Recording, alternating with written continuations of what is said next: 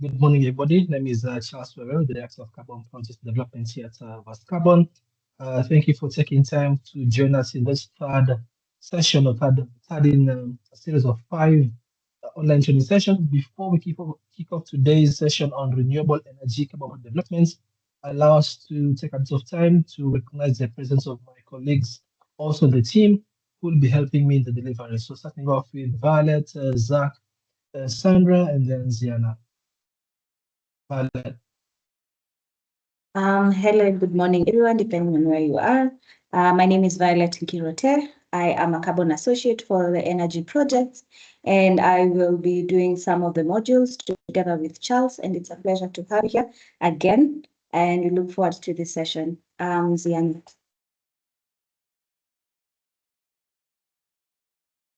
Good morning and hello everyone. My name is Ziana Chelimo. I am a Carbon Markets Associate at Verst Carbon. I will be assisting Charles and Violet today in answering your questions in the chat, in the Q&A. I look forward to an insightful session.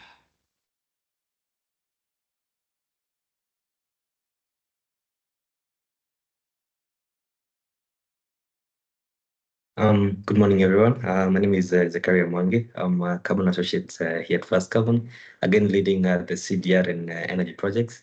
And again, I'll also be assisting my team, I think, on the Q&A section in trying and answering some of your questions during the session. But it's really nice meeting you. Thanks.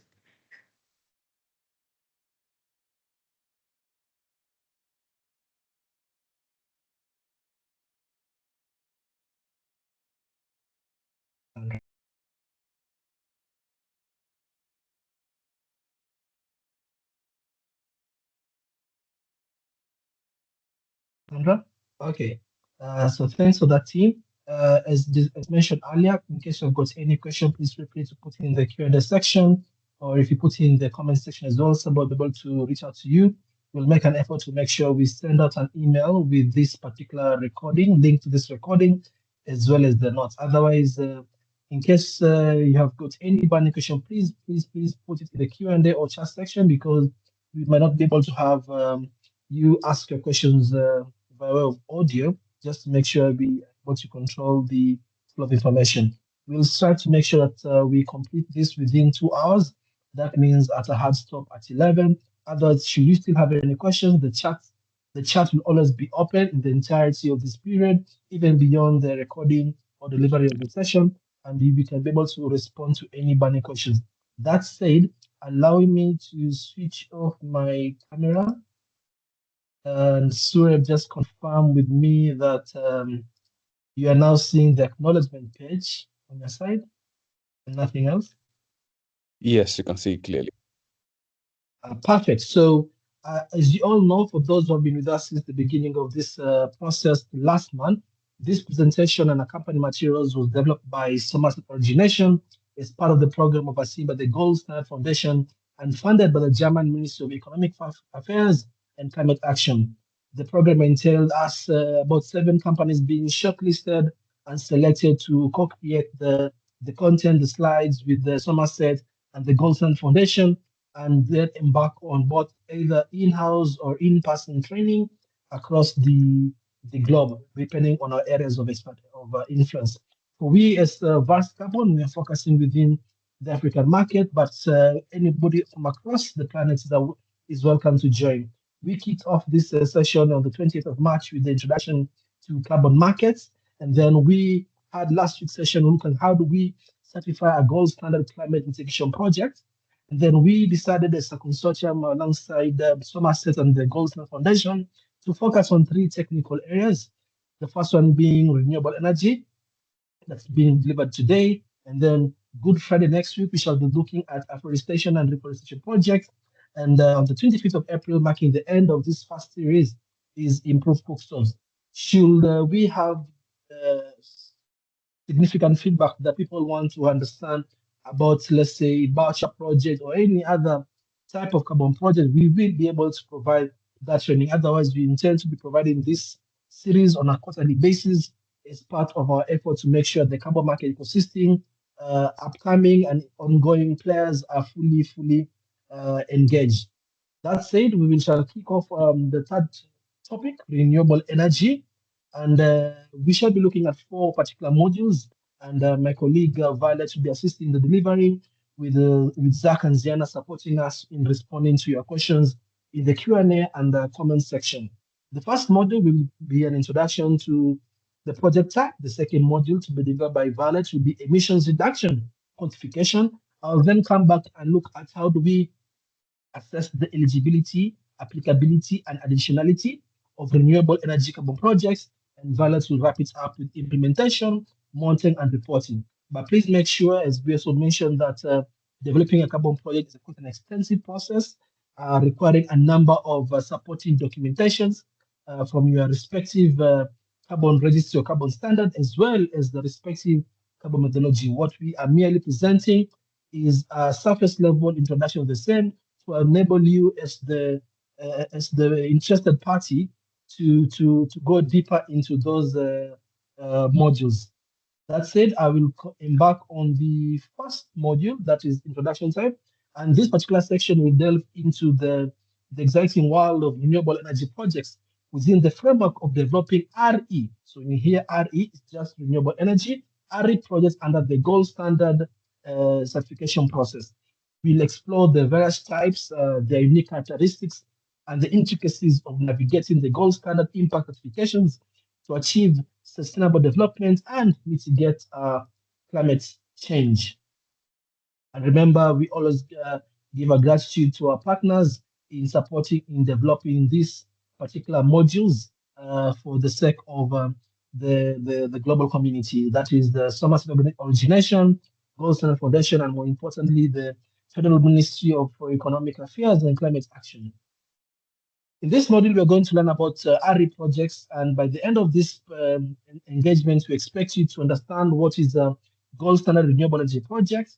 We expect you to be able to recognize different renewable energy projects, learn what the steps are implementing a renewable energy project, understand the different approved methodologies, and of course, acknowledge the importance of contributions to the sustainable development goals.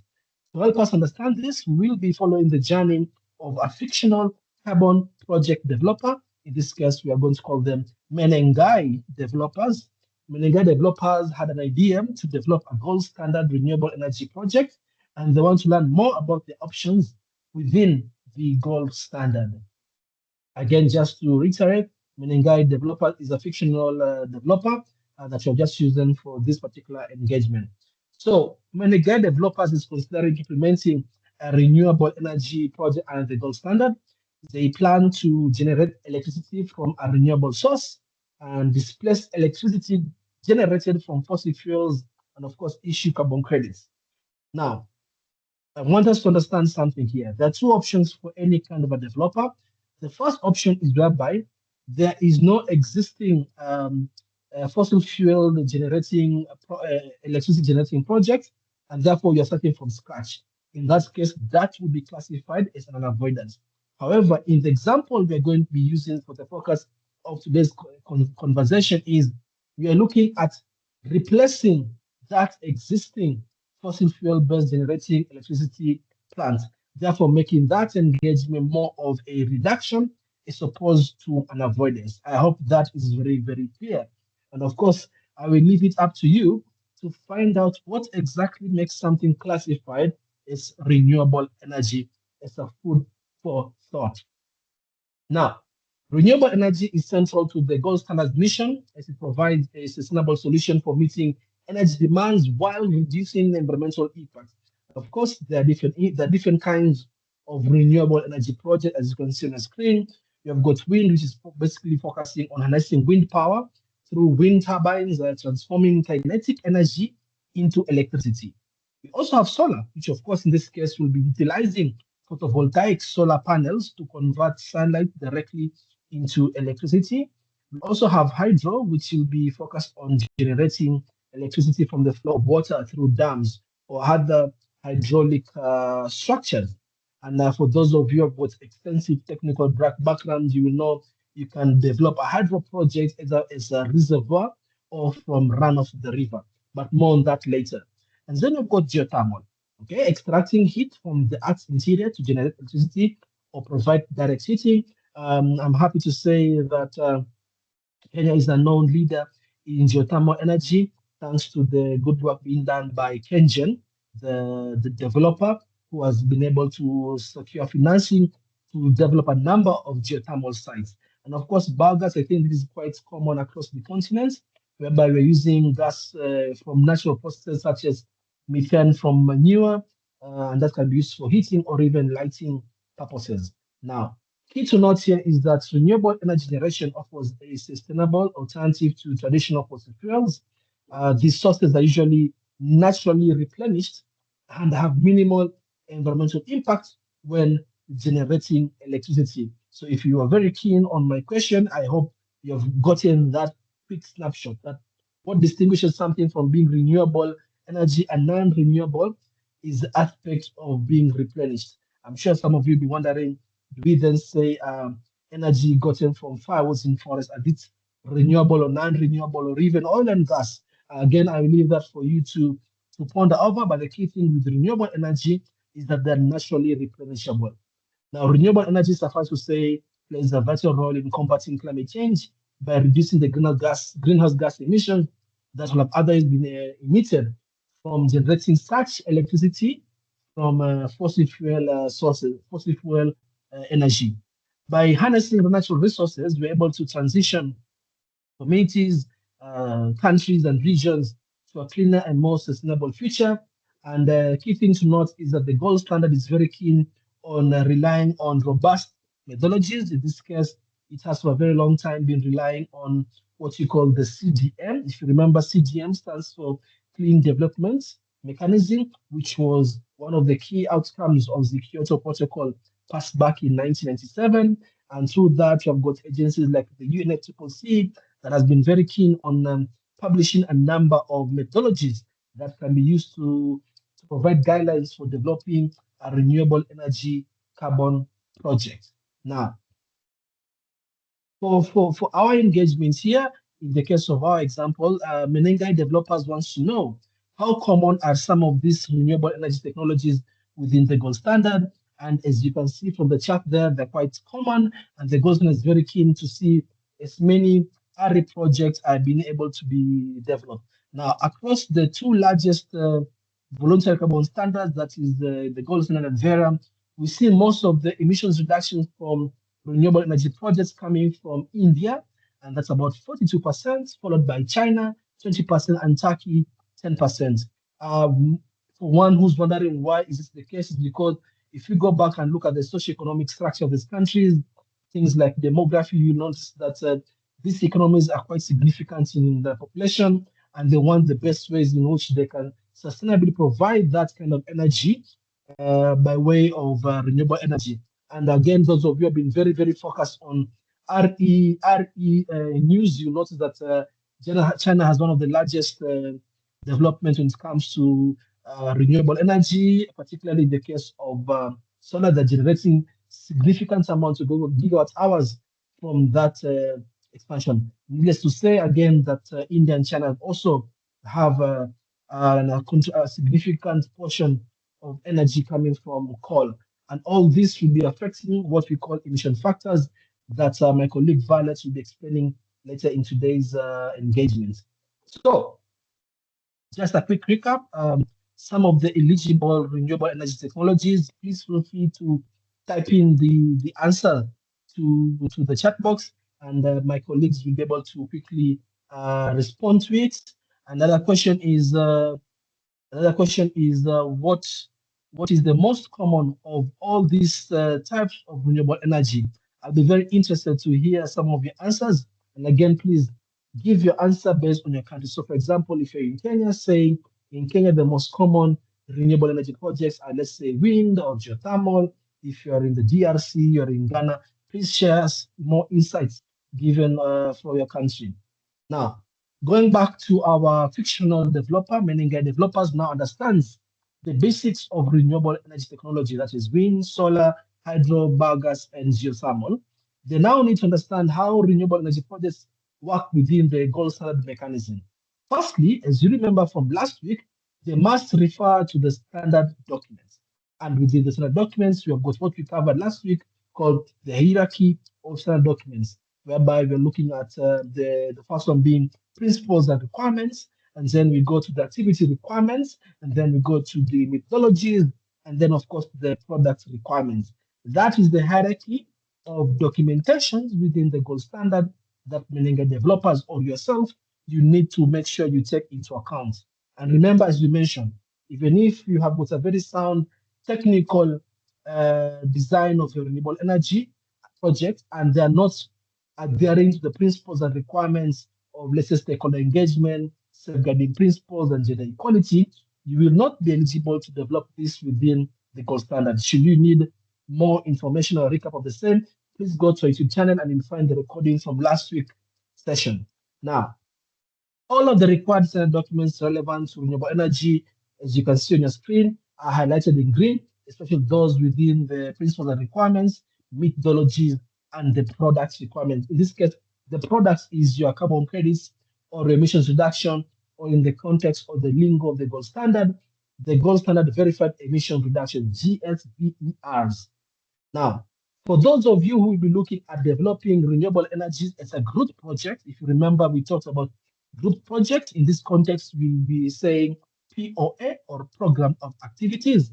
In this case, you can see on your screen, you have to look at the requirements given in yellow. And of course, this is only applicable if you're developing a renewable energy project as a program of activities. So, me, for example, you have some sites in Uganda, some sites in Burundi, some sites in the DRC, and the one single developer. Otherwise, if not, you can just develop it as a standalone project and proceed. Now, key to note is that the project might be under the renewable energy activity requirements or the community service activity requirements. It can depending on again how you have designed your particular project. Now, the key thing to note here, the scope is renewable energy and the methodologies are eligible CDM methodologies, which are reviewed later in our module. And also key to note is that the gold standard is yet to develop its own methodologies. So in the interim, it has approved a certain list of CDM methodologies, and my colleagues will be able to put some of a link to that list of methodologies.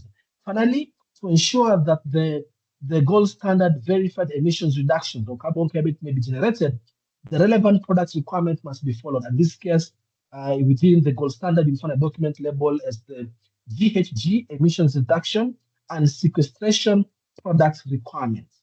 Okay, GHG emissions reduction and sequestration product requirements. Now, the beauty of the carbon market is that whereas it might appear to be complex, all the documents, templates, and whatnot are readily available within the respective carbon registry. We shall quickly go over some of these documents. So all of the products, all the principles and requirement documents are mandatory for renewable energy project, and not just renewable energy, but any other carbon project. The principle and requirement documents are compulsory, and there's no shortcut to it. You must make sure your project follows safeguarding principles, gender equality, and of course the principles of local stakeholder engagements. Now, as a developer, you'll be required to make sure you have thoroughly gone through those requirements for project compliance. After that, you as the developer will then look at the renewable energy activity requirements. And you will learn that grid-connected renewable energy projects are also eligible within the renewable energy activity requirements, and that the off-grid or mini-grids are applicable within the community service activity requirements. Remember, I mentioned that when you're doing a renewable energy project, there are two kinds of activity requirements. There's one we call the renewable energy activity requirements. It's a certain set of principles, and that principles will be used if your project is what we call grid connected. That is, you're generating electricity, that's renewable electricity, and you're connecting that to your national grid. However, if your project, your RE project is what we call off-grid, or if you like mini grids, that is to say they're not necessarily connected to the national grid, then the kind of principles activity requirements you'll be using are what you call the CSA, that is the community service requirements. And of course, depending on which one you're using, each one provides specific guidelines that you must use. Whether you're off-grid or grid connected. Off grid, you use community service activity requirements. If you're grid connected, use the renewable energy activity requirements. I hope that point is very, very clear. You must ask yourself or you review the nature of your project for you to know the approach to use for the case of certification under the gold standard. Now, similarly to the principles and requirements, compliance with these eligibility criteria and requirements must be demonstrated by you as the developer. If there's no activity requirements for the proposed project type, then this is not necessary and the rules revert to the default setting, in this case being the principles and requirements documents. Nevertheless, whenever you look at the activity required guidelines, it will always be able to define for you the eligible project types, the scale, is it a micro scale, small scale, large scale, the kind of project activities should be considered, and of course, additionality. How do you address additionality for that particular project of yours with respect to the methodology and of course with respect to the guidelines from the carbon registry, in this case, gold standard. Remember, if you're unable to prove additionality, that is whether or not your project requires carbon finance to ensure successful climate mitigation implementation, if you're not able to address additionality, then your project will not be legible. And later on in our third module, I'll be taking you through the additionality requirements with respect to RE projects in the gold standard. When it comes to applicability, you as the developer must be able to demonstrate a number of activities, depending again if you're looking at the renewable energy activity requirements or the community service activity requirements. And please again, do not worry, we shall provide you with all these slides and notes, including the supporting slide notes for you to be able to understand the technicalities of what we are sharing here. So let's look at the first case, which is the renewable energy activity requirements. Your project must be able to show, number one, that it's able to generate and deliver energy services. Now, this could be mechanical work through electricity, through heat generation from non-fossil fuel, or if you like, renewable energy sources. And secondly, you must be able to your project must be able to comprise of renewable energy generation units like solar, tidal wave, hydro, waste energy that are either supplying energy to a national or regional grid or supplying energy to a specific consumer facility. Remember, the renewable energy activity requirements is focuses on grid connected. So you might be connected to a national or regional grid, or you are generating electricity and connecting it to a grid towards a specific consumer facility, such as, let's say, manufacturing plants. If that is the scenario, then you must look at the gold standard renewable energy activity requirements. If, however, your project is not grid connected, then of course you will go towards the community service activity requirements. Now, any project supplying electricity to a mini grid must be able to make sure it's in full compliance. And within it, you'll see that the definition of such a mini grid is a power system with a total capacity not exceeding 15 megawatts. Okay, 15 megawatts. And you might be wondering, is this for the case of the total installed capacity, if I'm doing group projects, or the small mini grids? So the treatment is that 15 megawatts is the sum of the installed capacities of all generators connected to the mini grid. It is equal or less to less than 15 megawatts. And of course, it's not connected to a national or regional grid. So if you've got 5 small generators contributing to this 50 megawatts, that is the cap. Should it be, let's say, 20 megawatts, then that project will not be eligible under the gold standard community service activity requirement, and you might have to look for another relevant methodology or even registry that will be able to take that into consideration. Additionality may be demonstrated as per the community service activity requirements or community projects. There, and of course, as I mentioned, the activity requirements always provides a positive list by which certain technologies or measures are deemed additional. Okay, for example, if you're producing anything less than 600 credits per annum, and or if let's say your project is not what you call at least developed countries, or let's say technology is automatically with wind technology, usually the gold standard says your activity falls under what we call the positive list, and therefore you're automatically additional. Okay. Now, in the event that you're not able to demonstrate additionality, you will be required to use the respective CGM tool. Last week, we looked at a number of tools to demonstrate additionality, and we will be happy to share the same list again within the chat box. And of course, last but not least, is that the impact quantification methodologies are of course set out in the respective carbon methodologies, and that you'll be able to rely on and execute.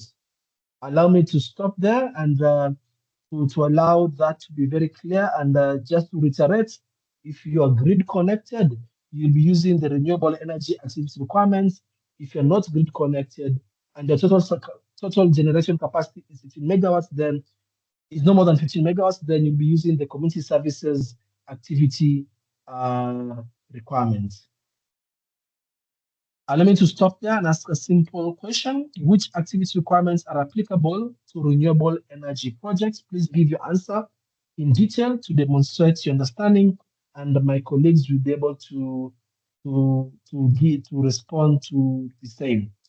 I want to quickly go over aspects of eligibility. Again, we will be overly communicating this to make sure you as a potential or upcoming developer or engineer, you are able to fully understand the requirements. Now, when it comes to the gold standard, the certain requirements when it comes to renewable energy projects, and of course, as I've mentioned before, this will be focusing on two general categories. So, firstly, the most common project types are the projects connected to a national or regional electricity grid, and these projects must be located in either, let's say, a least developed country, a small island developing country, or a landlocked developing country. This is how you easily get the eligibility. The second category of countries or requirements for you to easily get eligibility if you are connected to the national or regional grid is you're a low income or low middle income country where the penetration level of the proposed renewable energy technology is less than 5% of the total grid installed. So in this case, there are some countries such as Kenya that might have a bit of technical challenges in being eligible within the gold standard because number one, a country like Kenya is no longer classified as LDC or LLDC, and also our installed capacity from renewable energy is close to 90%. But this one, according to the gold standard, we are looking at projects that overall in the country RE projects are barely 5% of what has been installed in the grid capacity. Now, if to be just be very clear, if you are coming from an upper middle income country or high income country like the US, or you're coming from a small island development country that's classified as a high income country, then chances are the gold standard will not find your project eligible, simply because you may not be able to demonstrate additionality because it is assumed that in such countries that renewable energy is now a common practice and your intervention might no longer be found to be additional, or rather, you no longer require carbon finance to be able to scale your production because you're no longer a country, you're not coming from a country that is found to be in need. Nevertheless, of course, as you mentioned, your projects can be mini grid, and of course, you can find your certification through the community service activity requirements. Okay. I hope that point is very, very clear and it's not confusing. Just to reiterate, if you're looking at doing this from a grid connected approach and you're coming from a high income country or middle income country, then you might not be able to get eligibility within the gold standard.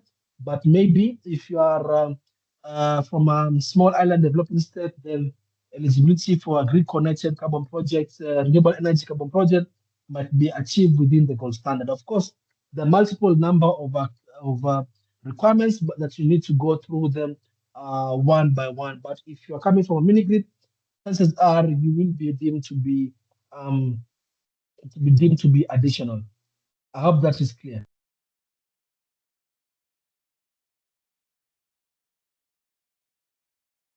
Now, As you can all remember from last week, on the first session, when you're looking at developing any carbon project, there are certain processes you must be embarking on. In the case of Menenga Developers, who's a fictional development company, is that we are saying that the developer is considering to implement a grid-connected wind project and a rooftop solar PV project in a LDC country, that is a least developed country. We know that these projects are, of course, going to be eligible under the renewable energy activity requirements because one is connected, and for the one that is a rooftop solar PV, it's going to be eligible through the community services activity requirements. And as we stated with any carbon project, the first thing is that for each one of these scenarios, that is the one for grid connection and the other one for the rooftop, a baseline scenario must be established. Now, for the grid connected project, the baseline situation is electricity being provided to the grid by a more GHG intensive mean. For example, maybe in this LDC, the contribution of electricity to the grid is by way of diesel turning turbines. Then, of course, that has to be into consideration. Now, the host country's country grid will, of course, be assessed. And in this case, you're assuming that the main generation for this country is coal. Okay, that is the working assumption. And of course, later on, Valas will be telling us how do we calculate this baseline emission, especially if you're looking at the baseline scenarios. Now, for the other one, the solar rooftop is an off-grid project, and the baseline situation is electricity being provided to individual users by a diesel generator.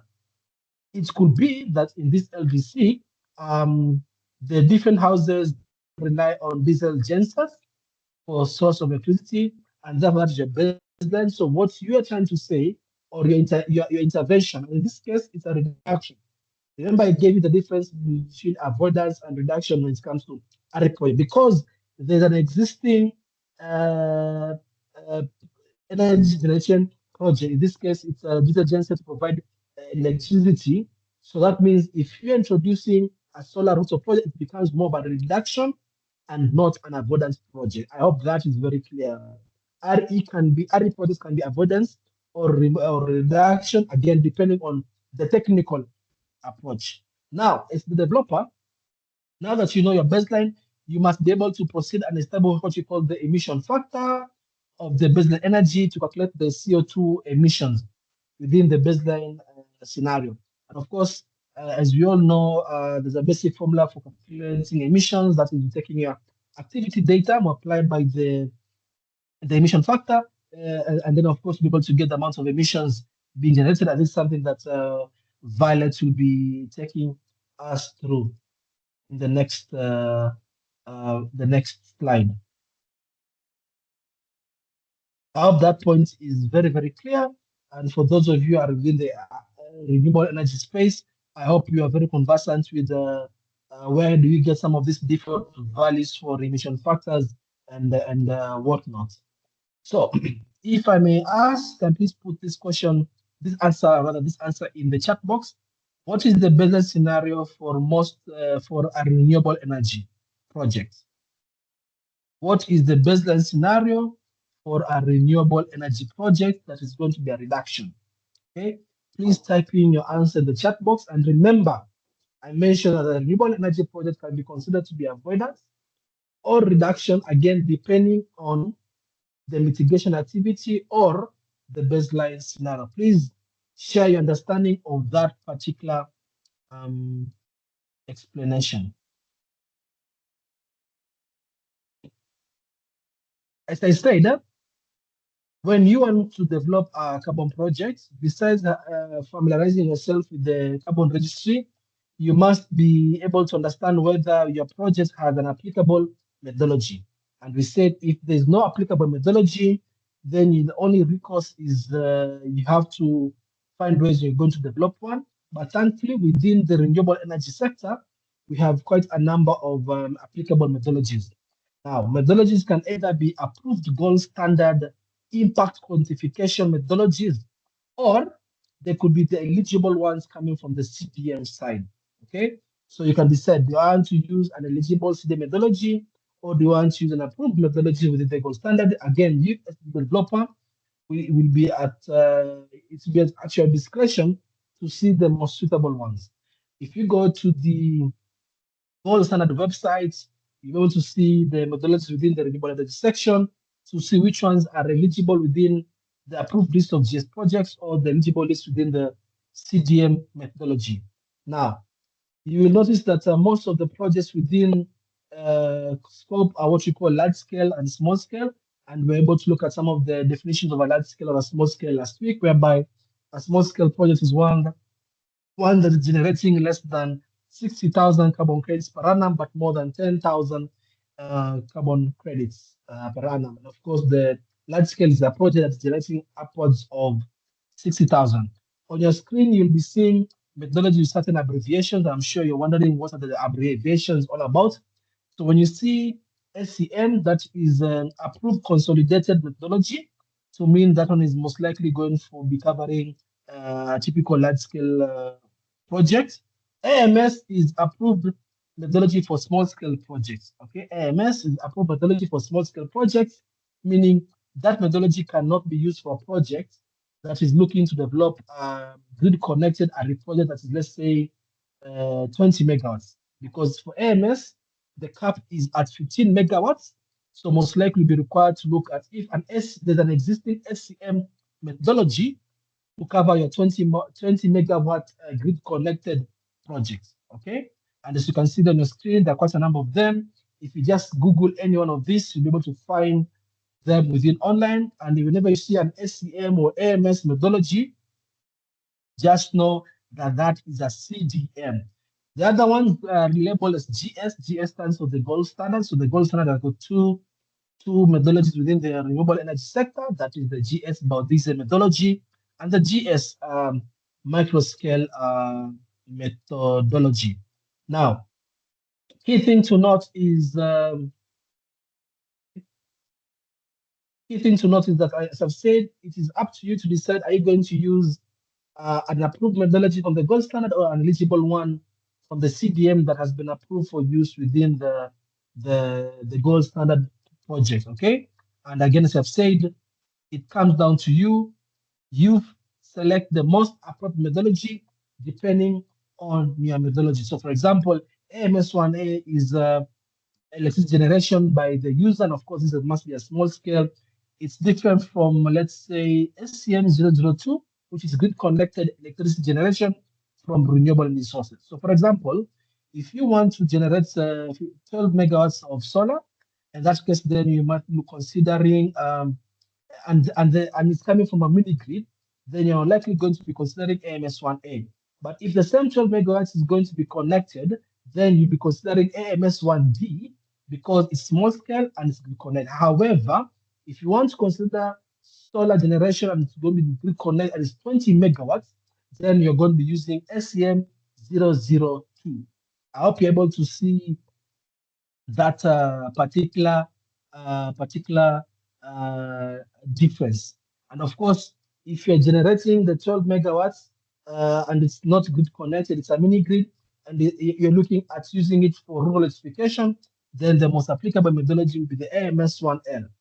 Just to reiterate, when you go to each one of these methodologies, you will see the specific requirements that you need to demonstrate as part of your mitigation activity within the respective methodology. As you can see, if I have a 12 megawatts and 12 megawatts solar project and it's not grid connected, which one do I use? If it's 12 megawatts and it's grid connected, which one do I use? If it's 20 megawatts and it's grid connected, which methodology do I use? Okay. And for example, if you are looking at collecting sugar bagasse and then generating heat for power generation, then that is more or less what we call captive use. But maybe the most applicable methodology in that case will not be AMS1A, but it will be AMS1F. Okay, so depending on the different scenarios, you will be able to find the most applicable methodology for you to use, and the rest is simply execution. When it comes to implementation, like we mentioned last week in the gold standard, you have to look at the different standard documents, and within the implementation stream, this is where the project proponent has some flexibility on how to develop, implement, and monitor the project, but making sure, of course, you select the most appropriate methodology, and you comply with the respective requirements. And of course, remember, you must engage the validation and verification body for you to achieve design certification. And whenever you have generated for, let's say, a couple of months, let's say 12 months, and you want to get your carbon credits, that means performance certification, you also have to engage the VBB, in this case, for them to verify your project. Remember that validation and verification happens in two stages. The first stage is when you're trying to get your design certification. That is the validation stage, to make sure that your product design is along or is in compliance with not only the carbon registry standards, but also a carbon methodology. And then once the product has been approved for implementation and there's carbon credits, then you bring in the VVB to verify that the implementation, monitoring, and reporting has been done alongside the guidelines given the methodology, and of course your respective carbon registry. I won't want to go through these steps. Please, again, feel free to go to a recording of last week's session to see how do you design a project design documents in the gold standard. And later on, Violet will be taking you through how do you calculate the estimated emissions reduction for renewable energy projects in the next module. And remember, once your project has been approved for implementation, you must make sure that you have put in place the requisite monitoring tools to collect the respective data parameters during the monitoring phase. And monitoring happens both at the validation stage and also during the implementation stage. I hope these concepts are very, very clear. And if anything is not clear, please make sure you're able to put your question in the Q&A or the comment section, and our colleagues will be able to reach out to you. As I close out this session, just to reiterate, it's very important that all records are maintained in the entirety of the carbon project, because those documents might be required at some point in time for audit purposes by the third-party auditor. And of course, when you're doing your local stakeholder consultation, please make sure you involve all the key people who are going to be affected by the project. That marks the end of our first module for today. So it's a welcome, Violet, to take us through the second module. In case you've got any question, please feel free to put it in the Q&A section and the comment section, and I will be able to respond to them alongside my colleagues, even as Violet is taking us through module 2. Allow me to stop there for now and ask Violet to come in. Thank you, and I'll be seeing you shortly for module 3. Thanks, Charles. We're going to start on module 2 now. And yeah, the learning objectives for this project, for this module, we'll be talking about emissions reduction quantification. And the learning objectives for this particular module is to understand, one, the most used impact quantification methodologies. We'll also look at the emission reduction quantification in itself. And very importantly, as Charles had mentioned, is looking at the baseline parameters that we'll be looking at. So the baseline parameters that we'll be looking at for the projects that we'll be implementing. And finally, we'll also look at the project parameters that we'll be looking at. And to help us understand this, we will also be looking at the Menengai developers and see some of the projects that they will want to set up, and also look at the emissions reduction that we'll be generating from that. Yes, so with that, we'll just begin. Just a recap of what Charles has already mentioned is the methodologies that are applicable for renewable energy projects, and that is ACM 002, where we are seeing a total number of projects registered as 514, which is almost 60.7% of all the methodologies. And out of all this, we have 847 projects registered under gold standard. And you can see most of them are registered under AMS 1D, and we will see why that is, because it's also connected to the grid. And here, the main question is, how can we quantify the credits that we are getting that will be issued from the projects. And there are many renewable energy methodologies, as you can see, and most of them come from the CDM. The GS methodologies or gold standard methodologies are not widely used. So that's why we also have a huge number coming from ACM, AMS, all through to 1L. And for a defined date, new projects apply the new version of the methodology, while existing projects will continue with the version under which they were validated until they need to incorporate the newer versions. And those projects that were using the previous versions will need to switch to a new version when they enter a new crediting period, because remember we said that every project has a crediting period, and for renewable energy projects it's 5 years, which is renewable twice. And as I mentioned before, the most popular methodologies are also grid connected. So most of them will be under ACM 002 or AMS 1D. So ACM is for large scale, AMS is for small scale projects, and small scale projects usually reach up to 15 megawatts, and anything beyond 15 megawatts is a large scale project. And my colleagues will be able to also share the list of eligible CDM gold standard methodologies that are available on the gold standard website.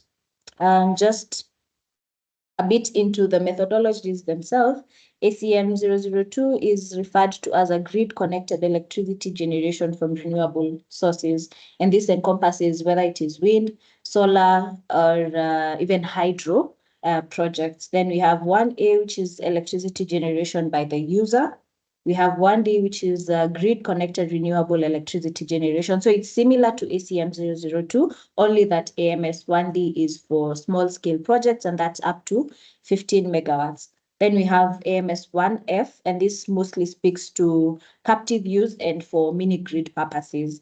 Then 1L is for electrification of rural communities using renewable energy. There are some different nuances from 1F. We also have the gold standard methodologies, one on micro-scale electrification and energization. We also have biodiesel from waste oil or fat from biogenic origin for use as fuel. And we also have the energy used for processing of agricultural projects. So these are just some of the methodologies that Menengai developers might use, and they're considering probably using the micro-scale electrification and energization for their off-grid project. So I think these methodologies, especially for the CDM, are available on the CDM methodology booklet, which is a booklet that holds all the methodologies applicable across all sectors. So again, you will find a link within the chat section, which will give you an overview of all methodologies that will be applicable for renewable methodology. So Menengai developers continues to look for an applicable methodology for this.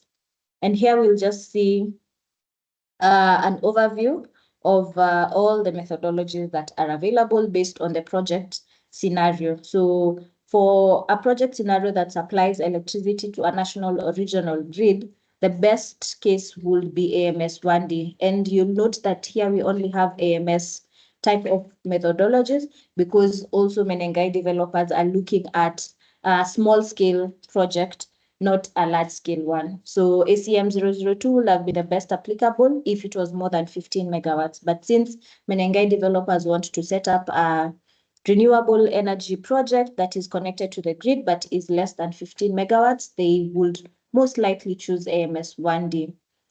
For AMS 1F, this one displaces grid electricity consumption for and or captive fossil fuel electricity generation. So 1F is mostly for captive use.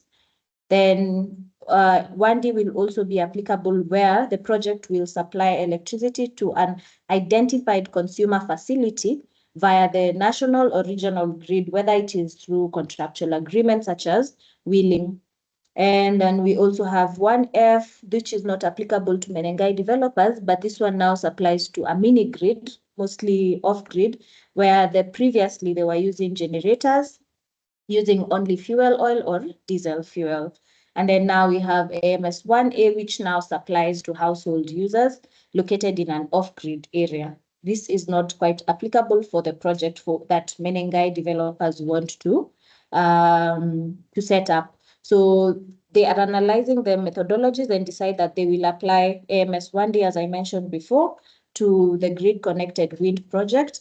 And then they also have another project that is setting up rooftop solar PV projects, and that one they will use AMS 1F. So based on the project scenario, AMS 1D is applicable for the wind project, while 1F will be applicable for the rooftop solar PV project. And this can be seen in depth when we look at the eligibility criteria for each methodology.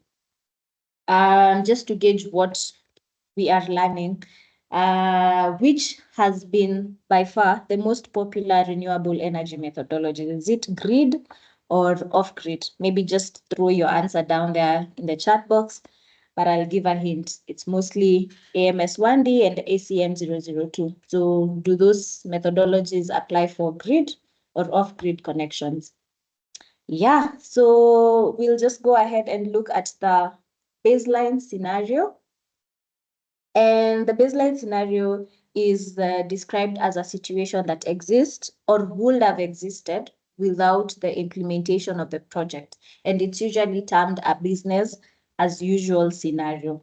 So baseline emissions for renewable projects refer specifically to the CO2 emissions reduced by displacing electricity generated from conventional power plants, or best known fossil fuel powered generators.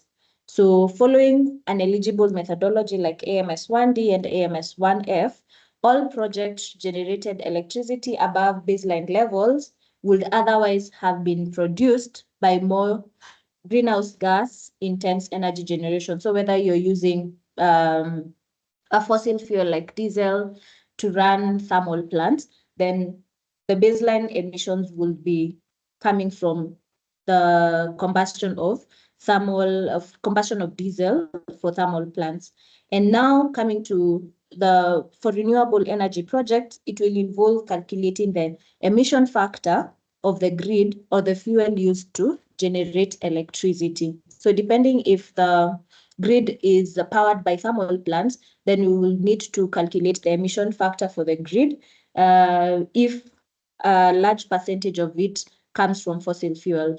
But if you're replacing from a generator, whether it's off-grid and that is powered by diesel or petrol, then the emission factor for that generator needs to be calculated, and we will be seeing that in the following slides. So the relevant baseline parameters that we require for emissions of the baseline technology, which is either a generator or a fossil fuel powered grid, must establish one, the grid emission factor, and also the generator emission factor. So the UNFCCC, which is the United Nations Framework for Convention on Climate Change, have emission factor values at a country level. So you're able to see whether it's Ethiopia's emissions factor based on the grid or Kenya's, and this is available on their website. However, we need to make sure that it is also eligible under the relevant methodology. So country grid emission factors may range from 0 kgs of CO2 per kilowatt hour for countries which rely mostly on renewables, such as Iceland and Nepal have been known to have a highly renewable energy powered grid, to over 1.5 kgs of CO2 per kilowatt hour for countries with more fossil fuel in the energy mix. And we know the countries that might have this.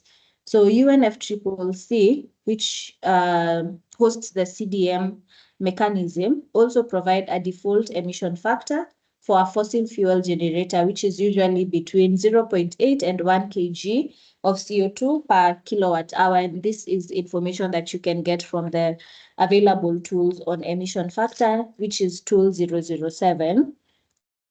So we'll also look at how you can calculate now the emission factor for an electricity system in the coming slides. So some of the default parameters can be found in this tool, and we'll drop the link within the chat box, but also it's you can find it on the UNFCCC website. Moving on now to the project scenario which the Menengai developers want to set up. Either you set up a wind power plant or the rooftop solar plant that they want. So we'll describe the project scenario as a situation that exists or will exist after the project has been implemented. And now this creates a scenario which is additional to the business as usual.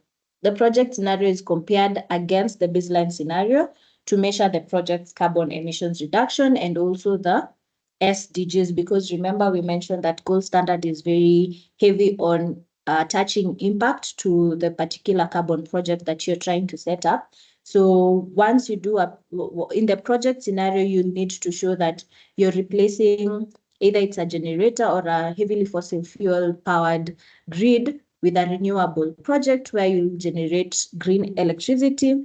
You'll have your credits issued and also have SDG impacts attached to the project. So emissions of other renewable projects may include, now this is, you might have emissions from the project if you're setting up other renewable energies like geothermal energy. So that might come from the operation of the plant. There's also operation of a reservoir for the hydroelectric project and for fossil fuel use for a battery energy storage system. So Menengai developers also must monitor the SDG impacts, as I have mentioned, which may include SDG 7, which is access to clean and reliable energy. We have SDG 3 that will impact the health impacts, and also SDG 8 that looks at decent work and economic growth for economic benefits. I hope this is clear. We have the baseline scenario and now the project scenario for the Menengai developers. And one of the things that we said is very important so that you can quantify the emissions reductions is the emission factor. And this is a bit technical, but we'll see how we'll go about it. So the emission factor, the developers first have to calculate the grid emission factor for the grid connected project. And the emission factor for a diesel generator is provided as a UNFCCC default value. But now if they look at an electricity system, they'll have to use a tool that is available on the CDM, under the CDM mechanism. And that's the tool 7, which is the tool to calculate the emission factor for an electricity system. So for the emission factor is given by this formula, emission factor of the grid, which is the combined margin. And of course, all this is available on the tool, so do not get scared. And it's just calculated by as a weighted average of the operating margin and the build margin, which now will determine the impact of the renewable energy project in reducing emissions. So the operating margin, the emission factor under the operating margin is given by this long formula, and the emission factor of the build margin is given by this formula. When you add that, you get a combined margin, which is the emission factor that you now use for the electricity system that you're trying to replace. And the tool will cover steps to identify the electricity system depending on the scenario that you're dealing with. It will choose methods for calculating the operating margin and also the build margin, and it will also apply monitoring requirements that you will be getting from the implementation of the project. So the tool also includes procedures for off-grid power generation and data management for calculating emissions factors. So the tool is quite comprehensive. If you have a team member who is able to deal with electricity and power systems, this is something that can be calculated to get the emission factor for the electricity system. So the developers at Menengai need to review the tool to assess what data they need and also how to calculate their value. So yeah, this is how you calculate the emission factor. And all this is available. It's quite comprehensive within the tool, which you can find on the website. So given all the talk I have done, I'll ask a question. What is an emission factor? And Yes, this one I'll give even the answer. So an emission factor is a conversion from a unit of energy to CO2e emissions. And we mentioned two countries. We mentioned Nepal having very small, a very low grid emission factor of almost 0 tons of CO2e per megawatt hour, while India has a very high grid emission factor because largely run by coal of 0.951 tons of CO2e per megawatt hour. I think part of the assignment that I will also give is to try and look for the grid emission factor for the respective countries that you represent. So because we have defined the baseline scenario, we've also defined the project scenario and looked at emission factor, we need to calculate the emissions reduction calculation, which is simply the carbon credits that you're generating by setting up the project that you have. So for most renewable energy projects, we realize that the project emissions are basically 0 because you are setting up a project that is renewable, so there are no project emissions for this particular renewable energy, but there are exceptions for geothermal and hydro projects because of the operations for the geothermal plants and also the reservoir scenario for the hydroelectric power generation plants. And also for renewable energy, it is likely that the leakage is 0 for the situations that are there, because it's not like you can move a solar power plant from one area to another or a grid. So the leakage emissions are also considered to be very negligible. So they are also 0. So most times emissions reductions for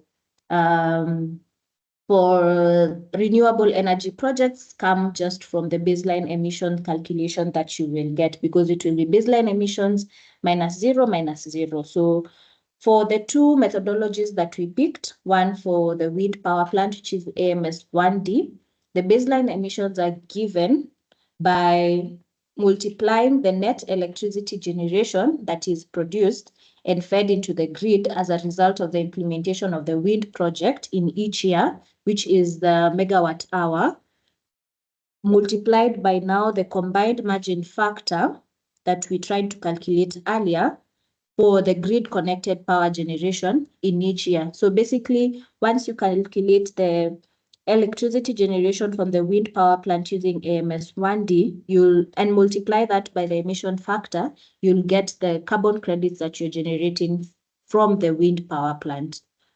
And when it comes to the AMS1F, which is for captive use, the baseline emissions will be calculated by multiplying the quantity of the net electricity displaced as a result of the implementation of the project activity in each year, again measured in megawatt hour, by the emission factor of the captive electricity generation unit. So it's just a slight deviation based on what you're replacing in the baseline scenario, but for both plants, whether it's wind or the rooftop solar plant, the emissions reductions are just basically derived from the baseline emissions for each project. And we have an example.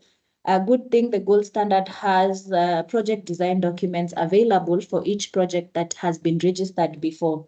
So there is an example of a project that is in India, and this is a 25.5 megawatt wind power project in India, and this will be mostly ACM002. And remember, I mentioned AMS1D is a reflection of ACM002, only that AMS1D is in the small scale category. And for this one, the wind power plant in India will generate 45,033 megawatt hour of clean energy.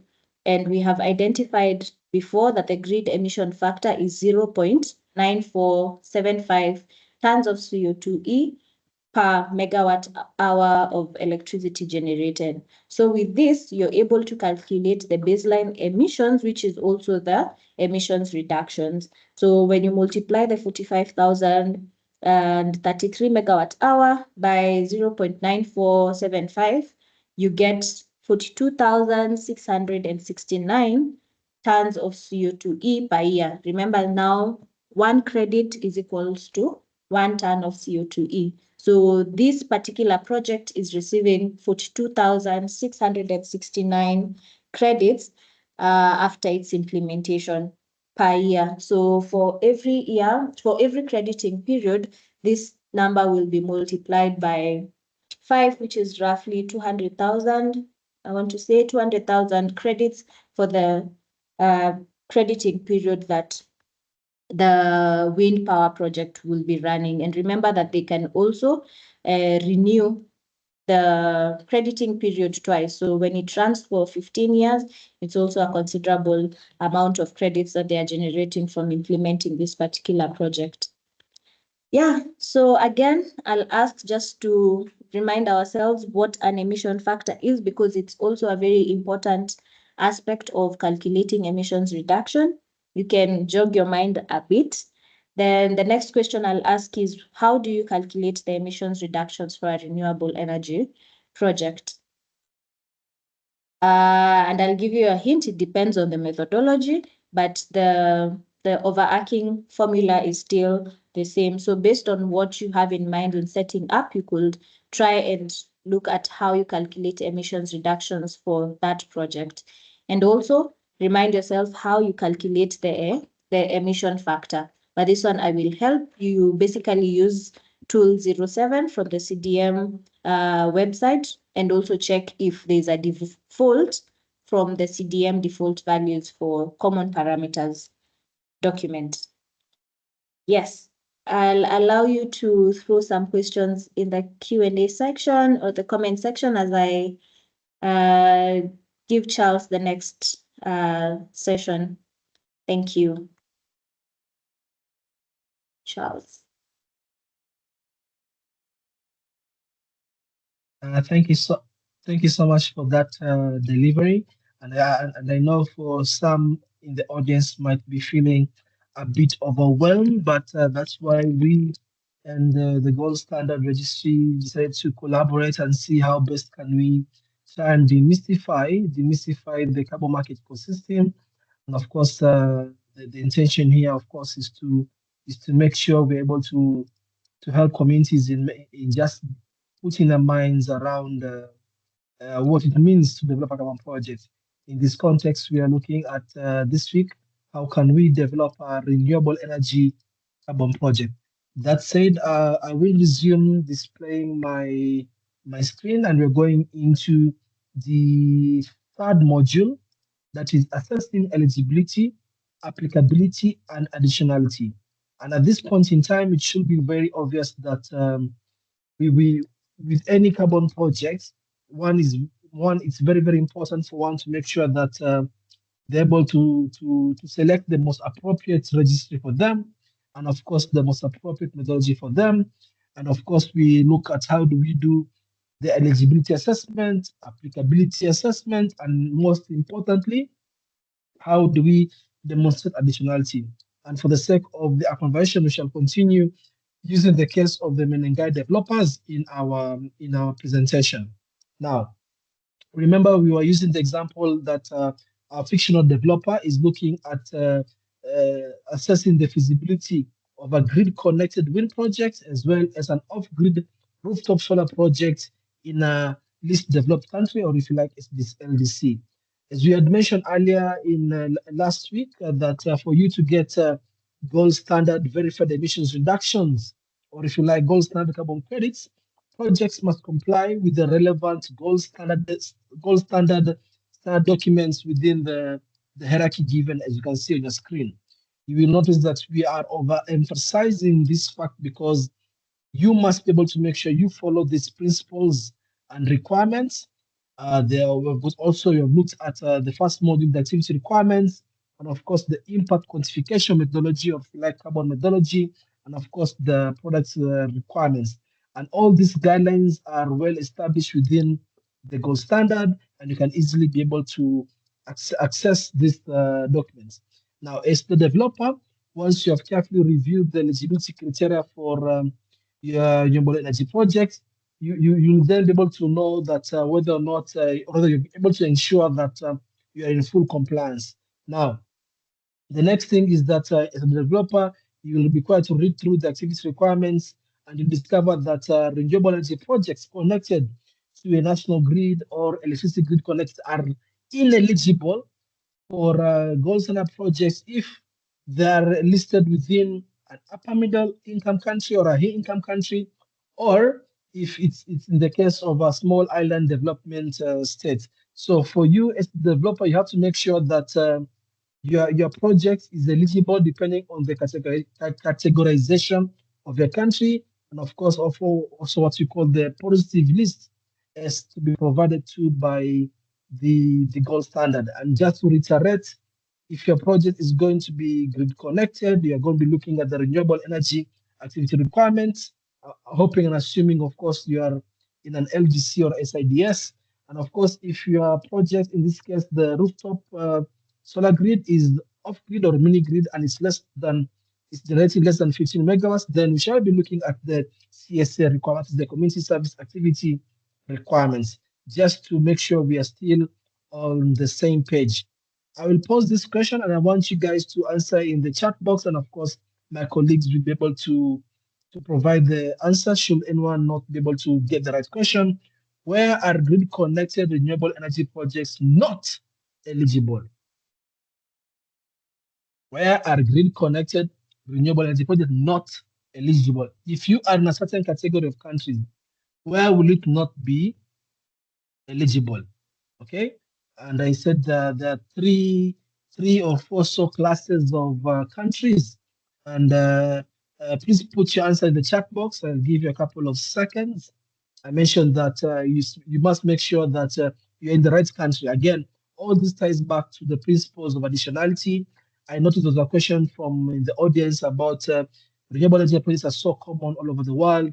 What makes them additional? Again, yes, they're very common, and that's why one must be able to demonstrate additionality, which is what we're going to be looking at today, because demonstrating additionality right now for renewable energy projects is a very, very stringent process, because as you mentioned in your question, it has become more or less a common practice, but more importantly, depending on which country has been set up, they're known to be quite profitable, meaning they're able to stand on their own without the need for any additional financing. But we shall be looking at how can you still demonstrate additionality. And of course, the answer to my question, I hope you guys are able to find this answer, was that where it's not going to be eligible is upper middle income country or high income country or SIDS and LLDCs that are defined as high income countries. Okay, so if your country is falling under any of this categorization, then most likely grid-connected RE projects will not be eligible within the gold standard ecosystem. Now, the gold standard activity requirements provide for methods to demonstrate additionality and positive lists for project technologies. A positive list can be considered as a simplified means of demonstrating additionality, whereby technologies or measures included in this list are deemed to be automatically addition. So if you're able to, if you see your activity, your mitigation activity meets the definition of the within the positive list, then you're deemed to be automatically additional. But of course, nothing ever has or stops you from going the full mile of the additionality test, which you shall be looking at the next slide.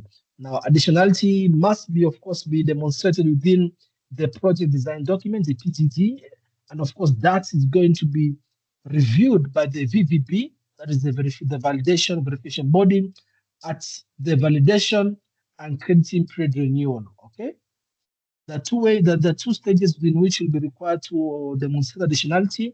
The first stage, of course, is doing the validation process when you want to get design certification.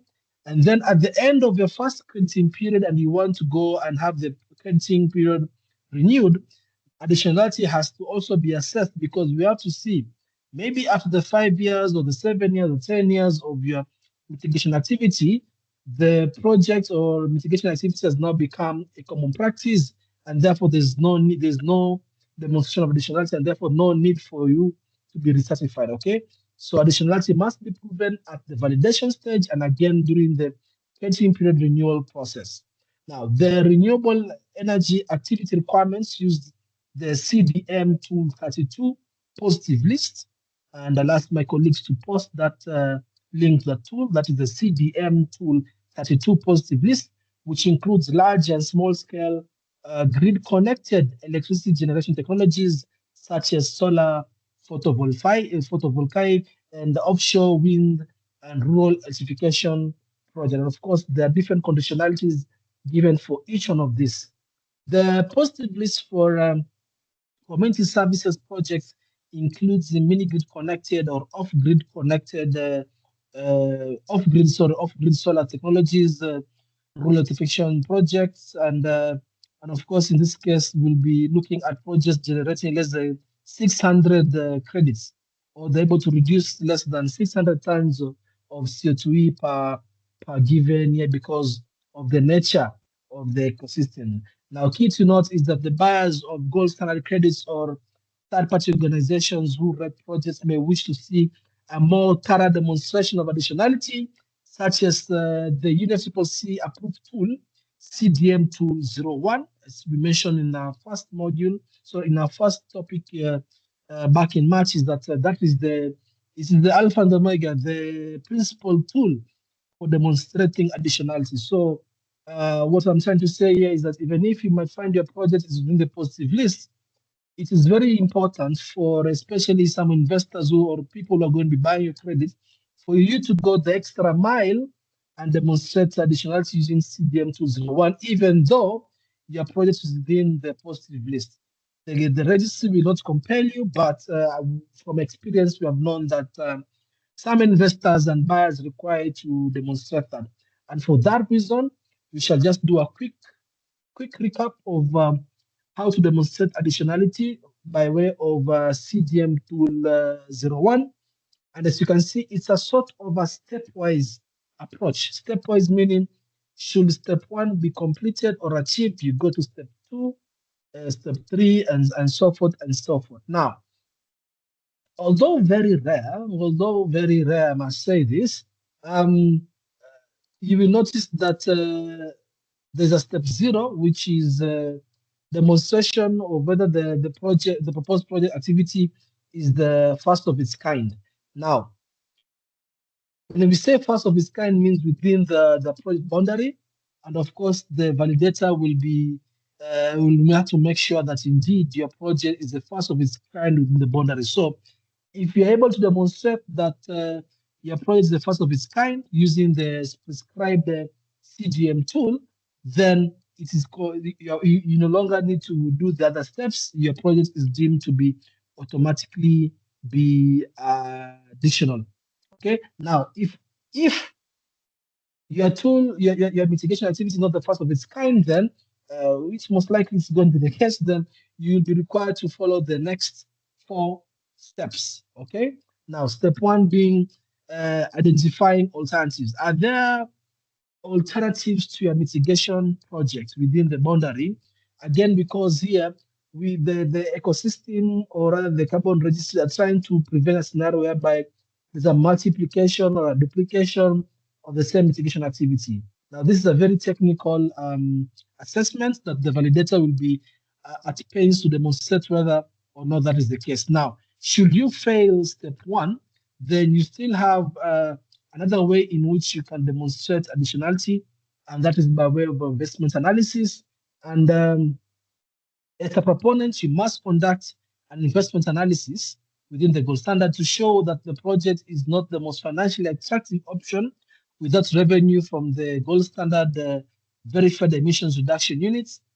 Or if you're not able to demonstrate investment analysis, which should really be important because if you fail to demonstrate additionality by investment analysis, again, getting your project validated will take slightly longer because then your validator, the VPB or the auditor, will then have to look at the various barriers that you have mentioned. A barrier could be a social barrier, for example.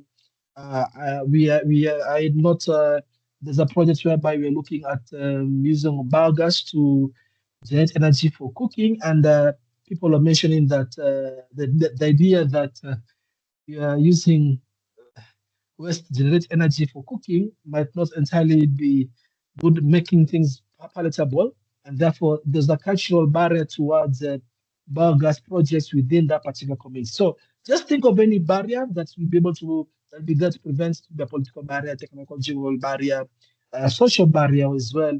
Be able to document it, and then the auditor will be able to assess. And then the last one, of course, is common practice analysis.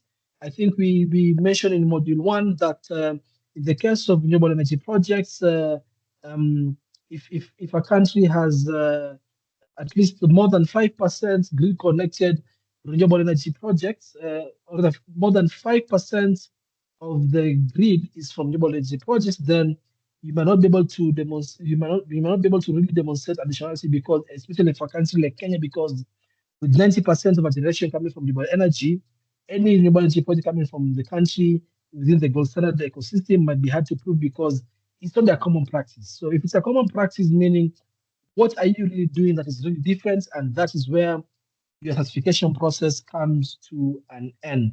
And this is where usually we rely on developers like ourselves, Verst Carbon.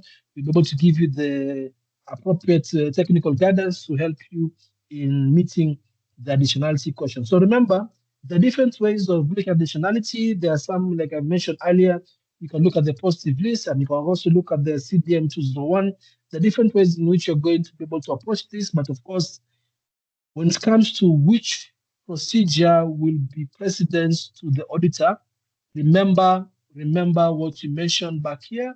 We talked about the principal documents, and in this case, the principal document is the principles and requirements document, and then the renewable energy activity requirements or community service agreements. So if the principles and requirements guidelines say that you're automatically additional, so even if you fail later on down the line in the additionality assessment methodology, the auditor will be relying on the fact that in the hierarchy of documents, you pass the additionality test as per let's say the renewable energy activity requirement or the community services activity requirement document, even though in the specific methodology for the CDM, you might not have been deemed additional, okay?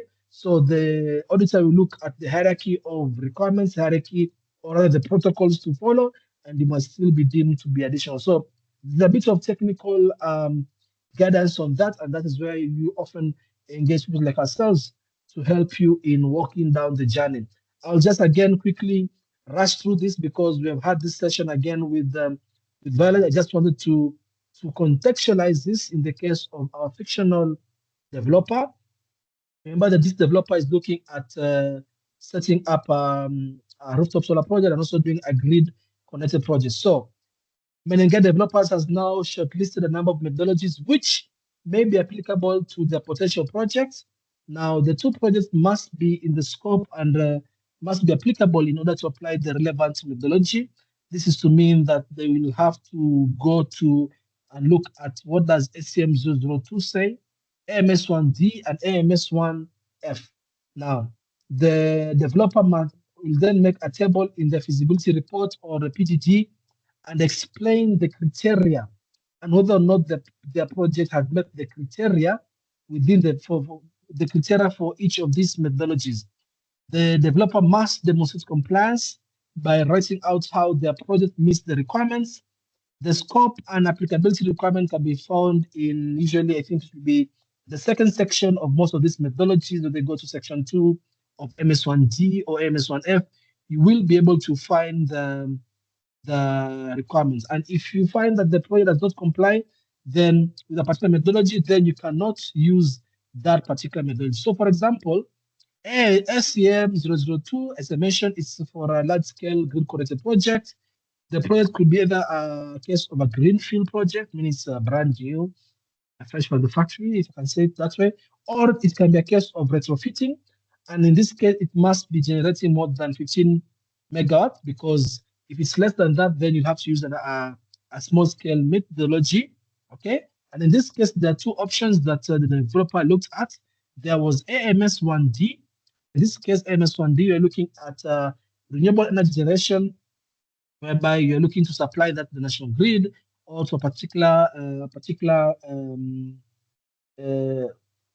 consumer through the grid. So in this case, of course, because it's small scale, it must be able to generate less than 15 megawatts.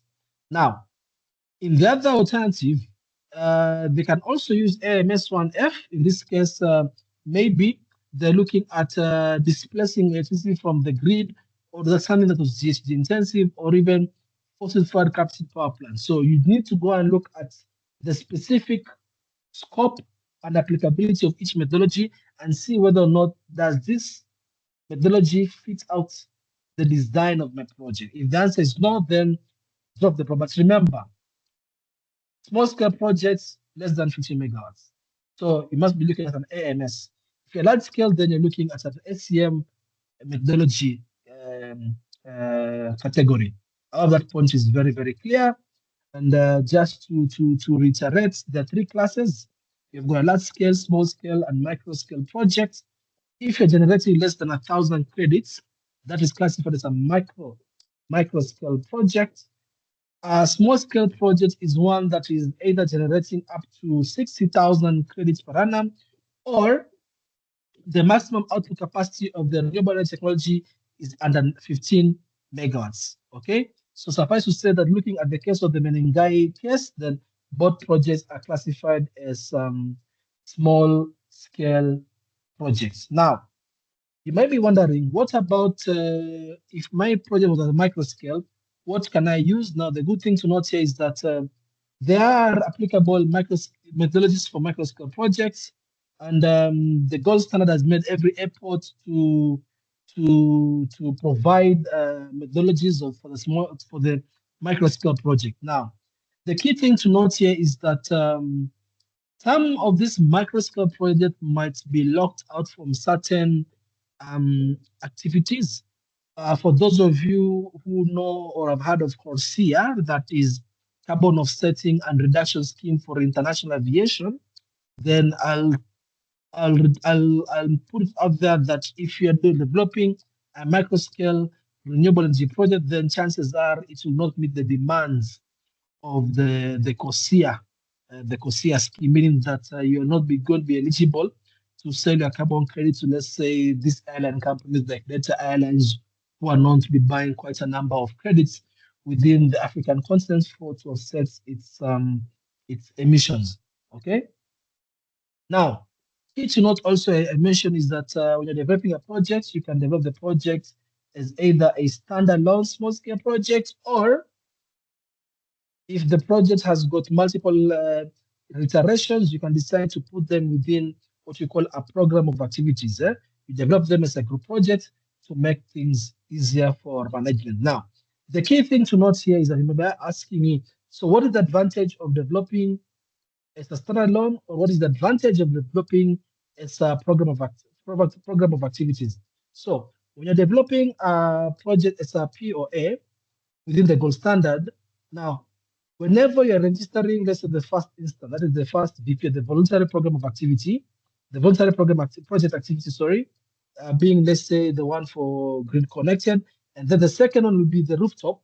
Now, every other VPA being registered from the first one, you are getting a 40% discount on the certification fees. And as I mentioned, some of those fees can be a bit high. So one of the key advantages of registering projects as a POA is that you get to have a sort of discount towards the certification fees. And so long as you make sure that every VPA, or rather voluntary project activity, is done in line with the program of activity. The program of activity will set out the guidelines broadly that each project activity or VPA must be in compliance. Please feel free to post any question in the Q&A section or comment section, and my colleagues will be able to respond to you. Okay? I will leave that question and answer there on how do you demonstrate additionality. You can do it two ways, by first of all being using the gold standard activity requirements procedure, or the UNFCCC methodologies. You have got two options available to you to demonstrate additionality within renewable energy project. Please make sure that as you review this recording, you're also going to review the recording from last week on how do you certify a gold standard project to make sure that these concepts are very, very clear. With that, that's all I had to say about eligibility, applicability, and if there are no other questions, they're going to be posted in the comment section. Our colleagues will be responding to. Otherwise, allow us to now move into the last and final module for the day and invite Violet once more to take us through module 4, which is the implementation, monitoring, and reporting procedures for renewable energy carbon. Otherwise, thank you so much for having me once more, and I'll be coming back to wind up the session. Otherwise, thank you again for joining us in today's session. Over to you, Violet. Thanks, Charles. Yes, now that we have selected the kind of project that we want to set up and looked at the methodology that is best fit for our project, we calculated the emissions reductions that we might be getting. From that as well, we will need to now do implementation and monitoring and reporting. Just allow me to do that. Okay. Yeah, sorry for that. Let's get to our session now. So for this particular session, we'll be looking at, we'll be looking at the implementation, monitoring, and reporting for the particular projects, and to the learning objectives for this particular session will be to understand project implementation as per the applicable methodology. We're also looking at monitoring of parameters fixed at the time of validation. We'll also look at data reporting and recording, and finally reporting. So with this section, again, we remember the projects that we had highlighted, and those are the rooftop solar project by Menengai developers, and also the wind power project, which are both small scale projects. So for that, there is a bit of planning and implementation that is required. I don't know if my slides are moving. Your colleagues can let me know. Yes. So for planning and implementation, there are a number of things that need to be identified, and Menengai developers are researching whether the renewable projects are feasible and how they should develop them. So they must consider whether first the project is feasible and eligible as a gold standard project, and we already did that in previous sessions. As well as considering the gold standard certification, the developers must also consider the feasibility and practicality of implementing the project. And we might be aware that renewable energy projects can have huge infrastructure, can be huge infrastructure projects, which will require planning, permissions, will require environmental impact assessments. There's also an aspect of purchasing land and connecting the power facility to the grid, as is the case for the wind power project that Menengai developers are seeking to have. And also there's a lot of investment that goes in during the construction phase. So for implementing a renewable energy project, we see that there's an actual great deal of planning that is required. And from the slide, we'll see that we will require a feasibility study. There's also the land acquisition, whether it is by lease or buying. There's permissions from either the local or national governments. You're required to conduct an environmental and social impact assessment. You need to also identify suppliers and contractors who will set up the project, and also a bit of marketing for the grid connection through power purchase agreements, and also, if it's applicable within your country for off-grid projects, a feed-in tariff. For construction and commissioning, there's an aspect of power plant construction, which is quite labor and finance intensive. There's also the infrastructure for grid connection.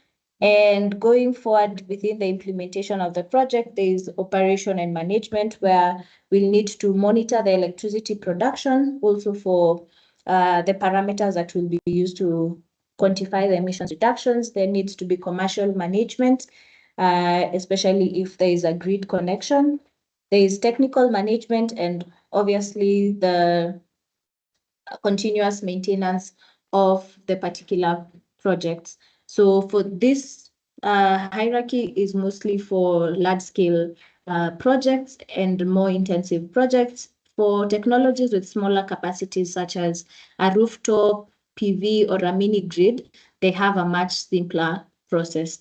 So the developers might consider to develop the project from the gold standard certification perspective, while also partnering with a consulting for a renewable energy project developer. So as we have mentioned that the renewable energy projects tend to be very capital intensive, and the developer will need to understand the potential investment costs. And from the table that we have, which is guided by information from IRENA in 2021, that tries to see the global weighted average total installed capacity per technology, we see that PV has a wide range in terms of scale. So for PV rooftop, which is considered a small scale between 5 to 15 kilowatts capacity, the investment costs are similar to those of PV rooftop for 100 to 1,000 kilowatts, and also PV ground mounted, which is more than 2 megawatts capacity. So for this one, the investment cost will be similar. And I believe that this number has drastically gone down over the years. And the funding needs for the rooftop for small scale is a bit low, and gradually increases when you target a large scale capacity. And for ground mounted, it's significantly between medium and high funding needs. For a biogas power plant with a scale of more than 500 kilowatts, the investment cost is given as 2,162 USD per kilowatt. And this is quite, requires some medium to high intensity funding needs. For wind, which is onshore, more than 2 megawatts, the amount per kilowatt is a bit lower than biogas, which is 1,274 USD. And for offshore, for capacity greater than 10 megawatts, the costs are a bit high, for giving 3,461 USD per kilowatt. So you indeed see that these funding needs are quite high. And you can look at this as we share the recording and the slides much later. So as mentioned, we've seen throughout that there is a wide range of renewable energy technologies which are eligible under gold standard specifically for renewable energy. So the variety of capacity of the technologies is correlated with the increased investment cost, as you can see from the diagram. So for rooftop PV systems, they have the lowest price and the lowest output from 1 kilowatt to 20 kilowatt capacities.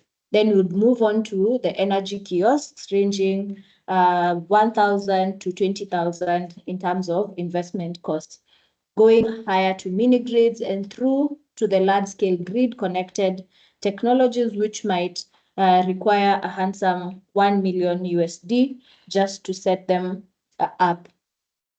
So this table will show that the project development activity and allocation of project capital spend from the United Nations Environmental Program Catalyzing Early Stage Investment report.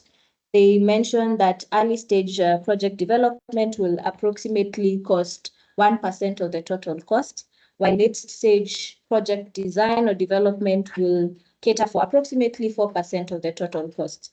But significantly, we can see that 95% of the total cost goes to construction of the power plants.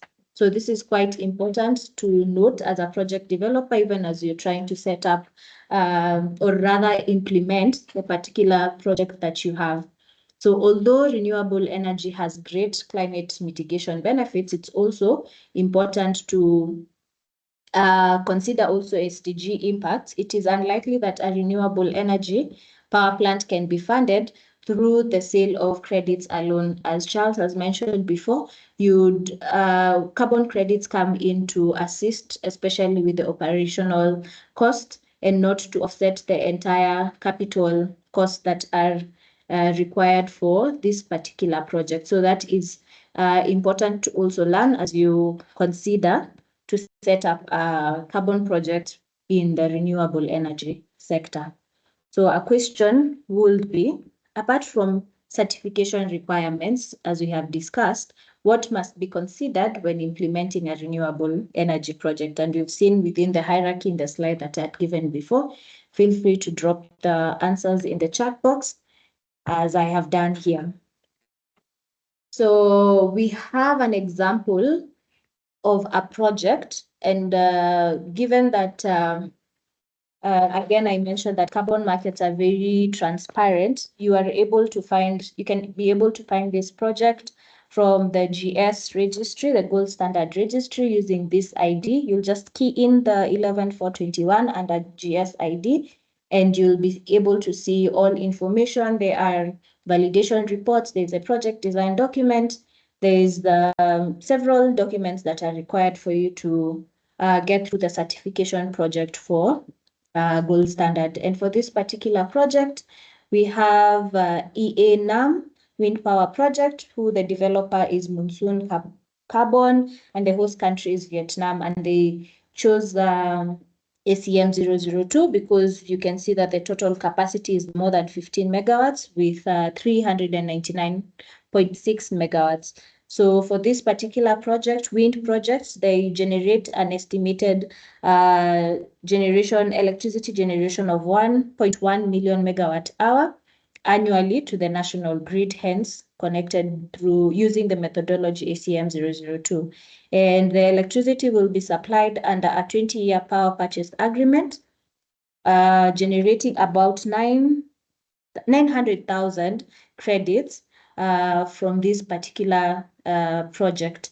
And so far, the number of credits that have been issued will be 690,000 credits across the number of years. So probably these are the verified emissions reductions that had been issued after a validation and verification body was in the country and did validation and issued the EA-NAM wind power project these amounts of credit. So for the VVB, they will probably look at the PDD and the monitoring report for the EA-NAM wind power project in Vietnam and help them to see or learn from what the project had done to generate these particular credits and get issued. So some of the key events that EA-NAM will have done during the project implementation are listed in this table. So after consulting with some experts, that is the Menengai developers, they conclude the following based on the information that they have, that the renewable energy project must be implemented as per the prescribed monitoring plan of the methodology applied. So every methodology has a prescribed monitoring plan and will require it to be followed. It is important that also the net electricity generated is not monitored and can be a calculated value, or if you have digital measuring instruments, that this amount is also available upon request from the validation bodies. And also all the statutory and legal compliances applicable to the project activity and location need to be followed. So you can see that some of the documents that they have here state that they have been given power purchase agreements that is coming from the particular governments. And also the projects must be in continuous operation other than scheduled maintenance or breakdowns, because when you mentioned within the project design document, you mentioned that the plant will be able to operate within certain hours across the year. So it will be important that you also maintain continuous operation through this period of time, other than if you have maintenance or breakdown of the project. And also, it is important that the developer learns to be user-friendly, and the stakeholders must also be in full support of the project activity. As mentioned before, local stakeholder consultation is a significant process that every carbon project has to go through. So everyone who is involved, each and every stakeholder that you have identified will be affected or part of this project needs to be in line with the particular project that you are doing. So we now go into monitoring, because we have looked at what was done during the project implementation. For monitoring, as well as monitoring the performance of renewable energy technologies, they must also monitor the SDG impacts, which is the Sustainable Development Goals. So the Menengai developers, from the data that they get from the Gold Standard Registry, they will see the design certified monitoring system of the ENAM wind project. They see that it is monitored digitally with meters.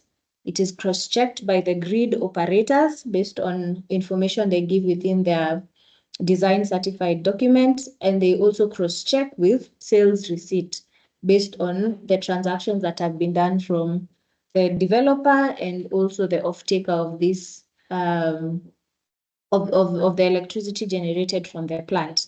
So when building the monitoring plan, that is ENAM, they are considering the metric or variable that shall be monitored and reported. So within the methodology document, it provides a list of parameters that will need to be monitored constantly and also reported, so that the quantification of the emissions reduction is also credible and can be tracked based on the information that is available.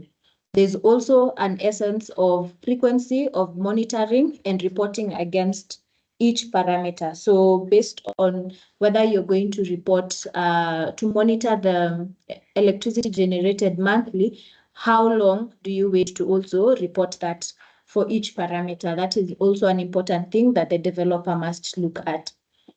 Menengai developers also will look at the method of collection of information and identification of the details of the organizations or individuals involved in the collection. So it's important to also look at who is reporting the data based on the monitoring plan or framework that you had set up before within the project design documents.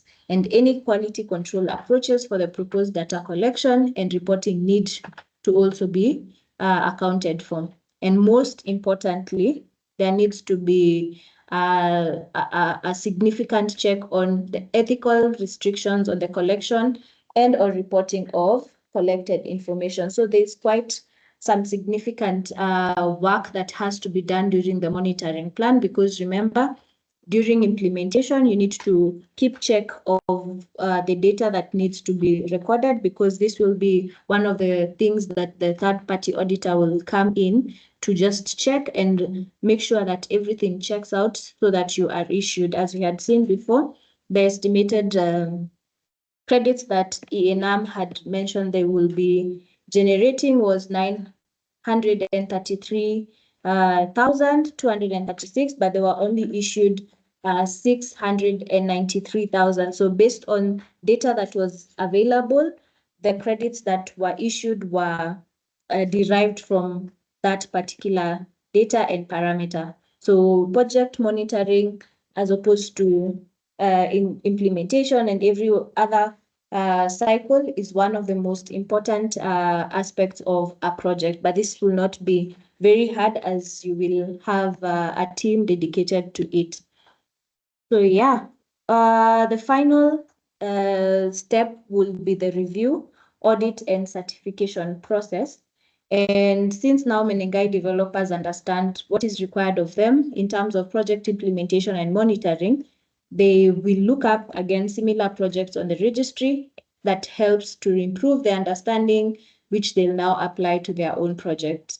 The developers will put together a monitoring plan you'll collect data required for design certification and performance review. Two key steps that Charles had mentioned earlier when we were doing the certification process under gold standard.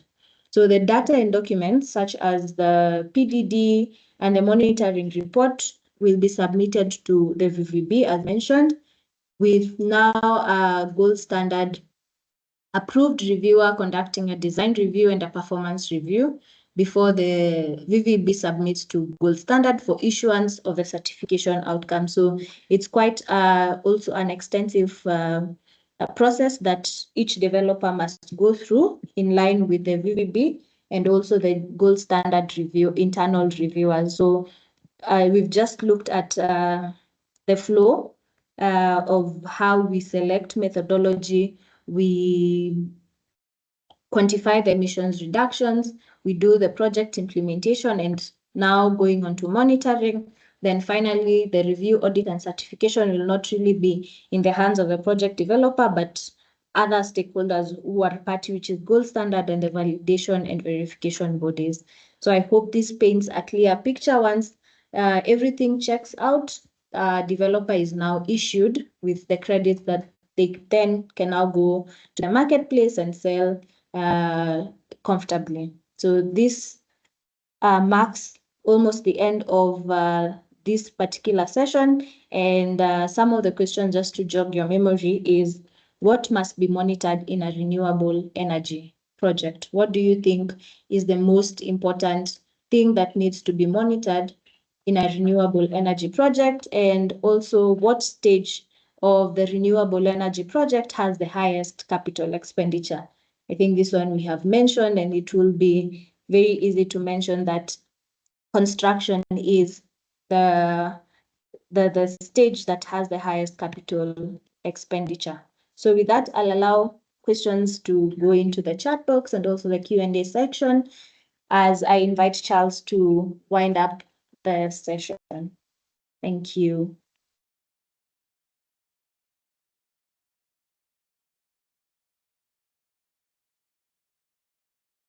Thank you so much, Violet and team, for supporting today's call. I think we have come to the end of today's session on renewable energy carbon projects. I want to extend my sincere gratitude to for attending today's session and being with us till the end of the session. As we mentioned, we shall be sharing with you the slides and recording once has been uploaded to YouTube. For next week, we shall be looking at afforestation, reforestation, and revisitation carbon projects. So, in case you have an interest or you know somebody has an interest, please feel free to share with them the registration link. Otherwise, should you have any technical project specification, please feel free to email the question to us to be able to respond to. Others, for the other remaining questions within the Q&A and chat section, we shall be responding to any unanswered question in the next couple of hours. That said, allow me to pass back this meeting to Anthony Suri for the closing. Others, Asante Nisana. Thank you very much.